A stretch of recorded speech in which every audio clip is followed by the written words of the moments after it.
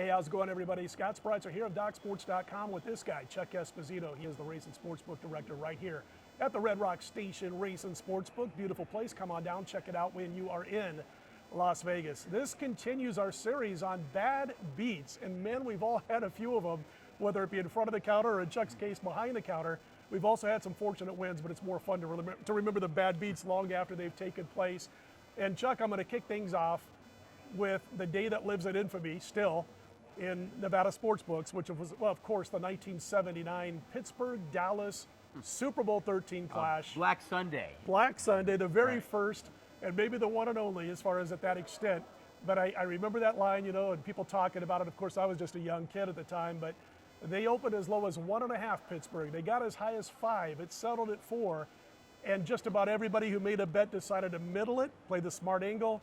And the books learned a very important lesson when Dallas came back in the final score, Pittsburgh 35-31. They got beat on both ends. And really the only losers, so to speak, were guys who pushed. Pushed, right. Who either laid or took the 4. So a real bad night for the books. Right. That was the one that I remember the most as being the absolute worst, Chuck. It was before me as well. Sure. But yeah, I've heard about it, and I think that's the reason why you don't see us move sometimes on a big game like that. You might move the money more than the spread because you do open up that middle, especially around, say, 3, 3.5, 4, 4.5, right in that range. Absolutely. I was going to ask you also real quickly because there was one in 09 in which the NFL favorites was like late October of 09, and it was kind of Black Sunday Part 2. And maybe you remember this, but it was a lot of favorites that covered that day in the NFL, but didn't just cover. It was like 35-7, 42-6, crazy scores. Not unlike the NBA this past regular season. It was crazy scores. And I remember there was an older lady who hit 5 parlays in Las Vegas on the same NFL Sunday, and the books reportedly were hit for about $9 million. I don't know if you remember that particular I remember, Sunday. you know, the parlays like she hit. I didn't remember the exact amount, but it is. I mean, I think in every sport you can look at bad beats. One that really sticks out to me is 1999 NLCS. The Mets are playing against the Cardinals, and you've got Robin Ventura. The bases are loaded, no outs. I mean, if you've got an over, and we needed to keep that game under, you've got an over, you're thinking, hey, this is going to be a shoo-in. Robin Ventura hits a grand slam. I mean, it's over, right? Well, he gets mobbed by his Mets teammates. Before he gets to first base, they only count 1 run.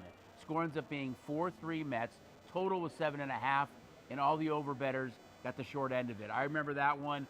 People were really protesting that, hey, it's a grand slam. Right. We need to get paid on the over. It was really a controversial finish, but that was an extremely bad beat. And don't forget one that just happened a week ago, and that's North Carolina and Kansas. And a certain foot that went out of bounds kind of changed the outcome in that game with it hovering around 3, 3.5, 4, 4.5 from the opening line. I mean, sitting at where it was at 3, he's going to get fouled, no question. He makes 1, it's kind of a push out. If he makes them both, more than likely, Kansas bettors cash. Carolina bettors needed a miracle. They got it that night with him stepping out of bounds. You had to bring that up. I was one of the bad beats. I was on Kansas and laid the 4. I got it kind of, you know, late or whatever, but I laid the 4, and it was a situation where I'm thinking, okay, they are going to foul. If I can just get at least 1, that front end of that 1 and 1, I can at least get my money back on in a game that I gave up on at halftime. You know, I thought Kansas was a decent second half bet, but I didn't think they'd come back and win the basketball game with how poorly they were playing in that first half. Another one that happened late in the regular season in the NBA, the just completed NBA regular season earlier this year, was Cleveland, not Cleveland, it was the Clippers, who were Clippers and just Suns, right? killing the Suns, exactly. And we found out the day of the game early on when the Clippers were getting a couple of points that Phoenix was going to sit everybody who mattered. I think they had probably like Van Arsdale out there running the point by the time they tipped off. But I'm sitting there watching that line. Clippers went from a short dog overnight. Was that Thunder Dan who took a couple of threes It was late? Dan Marley. I'm pretty sure. Dan Marley hits a couple of threes.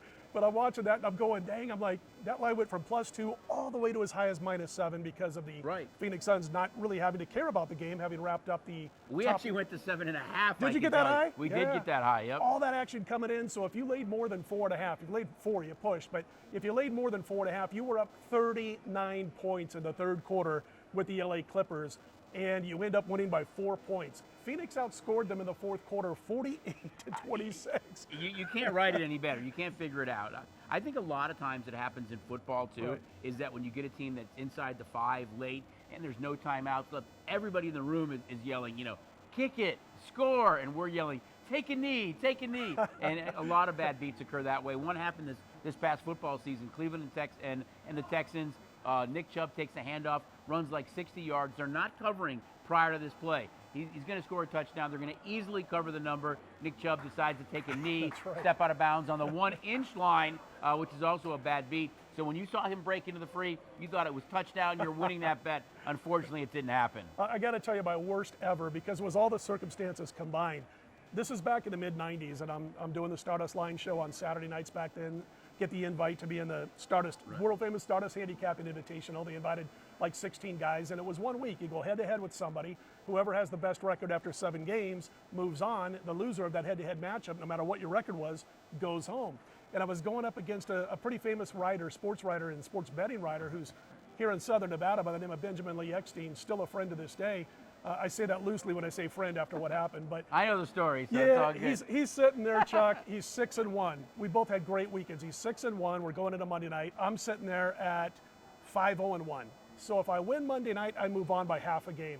So I got the Chargers. They're at the Chiefs in Arrowhead, and the Chargers are getting 3.5 points on this Monday night game. They're up 23-16 with 90 seconds to go, and they've got the ball. I get 1 first down. It's game over. I'm moving on. I'm going to face the eventual champion, Kenny White. So I'm sitting there and I'm like going, all right, there's 10 grand on the line. I'm in my 20s. I'm just getting started in the business.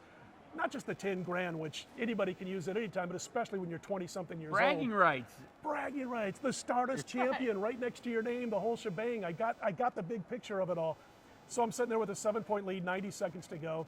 Chargers punt the ball, but their defense has been playing great all game. They've held the Chiefs to 16 points. Kansas City gets the ball at their own 21. Again, about 90 seconds left. Actually, at that point, 72 seconds left. And what do the Chargers do, of course? Prevent defense. KC, boom, boom, boom, right down the field. They score in the final seconds. They send it to overtime. And here's the bad omen going into overtime. Stan Humphries, Chargers quarterback, gets hurt on that last series. So somebody named Gail Gilbert comes in to quarterback the Chargers at overtime. What's a Gail Gilbert, right? So anyway, couple of possessions. There's just a few minutes to go, more than halfway left in overtime. Chargers have the ball about the 50. They're punting. I'm like, I'm all right with this. I mean, there's hardly any time left. They're going to kick a field goal at most. You know, one of these teams is going to kick a field goal, or it ends in a tie, and I end up winning my bet either way. So this Australian punter punts it to the 14-yard line. Tamrick Vanover, a CFL refugee, basically. Again, who? He averages, that year he averaged 6 yards per punt return. His long was 16. He busted for 86 yards in the final minutes of overtime. Great blocking. Everybody, though, for the Chargers on one side of the field. Australian punter who's waving at him as he runs by him. He scores. It became the first time in NFL history that a game ended in overtime on a punt return. I get beat. I go home. 27 years later, Chuck, when I see Benjamin Eckstein, he brings that up every time. There's really not punts in overtime at all. Exactly. How about this year, though, when you think about the playoffs? Chiefs, Bills, Yeah. 18 seconds to go. If you've got the Bills on the money line, you're counting your money. There's no way the Chiefs are going to go down and score and tie that game up and force it to go into overtime. Not only do they score, they ultimately win that game. I mean, just a really bad beat for Bills bettors that day. And I can say that most of the tickets were on the Bills on the money line. Absolutely. He's Chuck Esposito. Check out this great sports book here at the Racing Sportsbook at the Red Rock Station, and all the station casinos doing a great job. But it's good to have Chuck in the neighborhood. I'm right down the street. But anytime, no matter what the season is, come on by and say hi to Chuck and the guys behind the counter who do a fantastic job. Don't forget about that $60 free account at Docs if you're not yet a member. You sign up, you get a free $60 to use on any daily packages at DocSports.com. He's Chuck Esposito. I'm Scott Spreitzer. Check out that STN Sports app, everybody. We'll talk to you soon.